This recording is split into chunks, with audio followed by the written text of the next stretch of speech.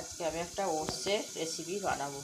এই ওটসটাকে একটু ভিজিয়ে 5 মিনিটের জন্য রেখে দেবো।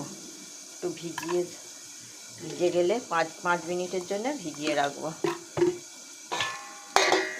সেই ওটসটা ভিজিয়ে রেখেছিলাম। এবার ওটসের সঙ্গে এই যে আদা, এই যে কাঁচা লঙ্কা, পেঁয়াজ আর গাজর, যা শীতের সবজি থাকলে সবজিও দিতে পারো, আমার কাছে আপাতত ওই অন্য কোনো সবজি নেই।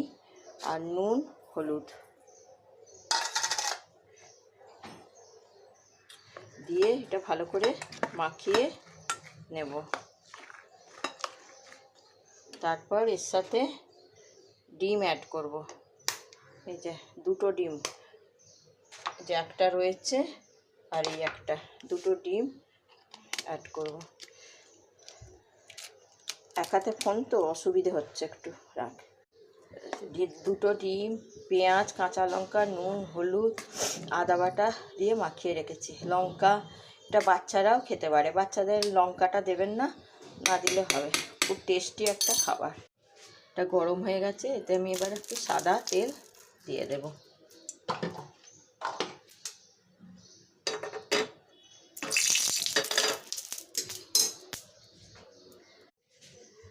এইবার এটা খানিকটা আমি ঢেলে দিলাম।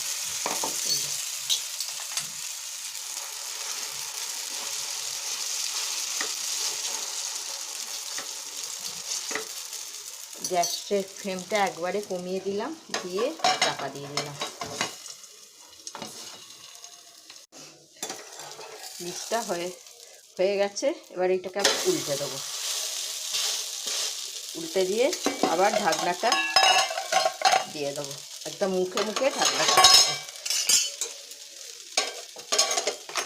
ঢাকনাটা দিয়ে দিলাম। ওটসের প্যানকেক রেডি। বাচ্চা বুড়ো সবাই খাবে। কেমন লাগবে করে খাবেন, একটা লাইক, সাবস্ক্রাইব আর একটা কমেন্ট করবেন কিরম খেতে লাগলো।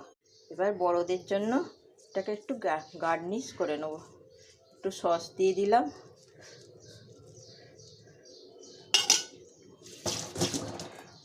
আর একটু শসা কুচি এতে ছড়িয়ে দিলাম। অবশ্যই খেয়ে দেখবেন, খুব টেস্টি একটা খাবার, খুব স্পঞ্জি। দেখুন, খুব স্পঞ্জি, নরম, একদম হালকা। খেয়ে দেখবেন। লাইক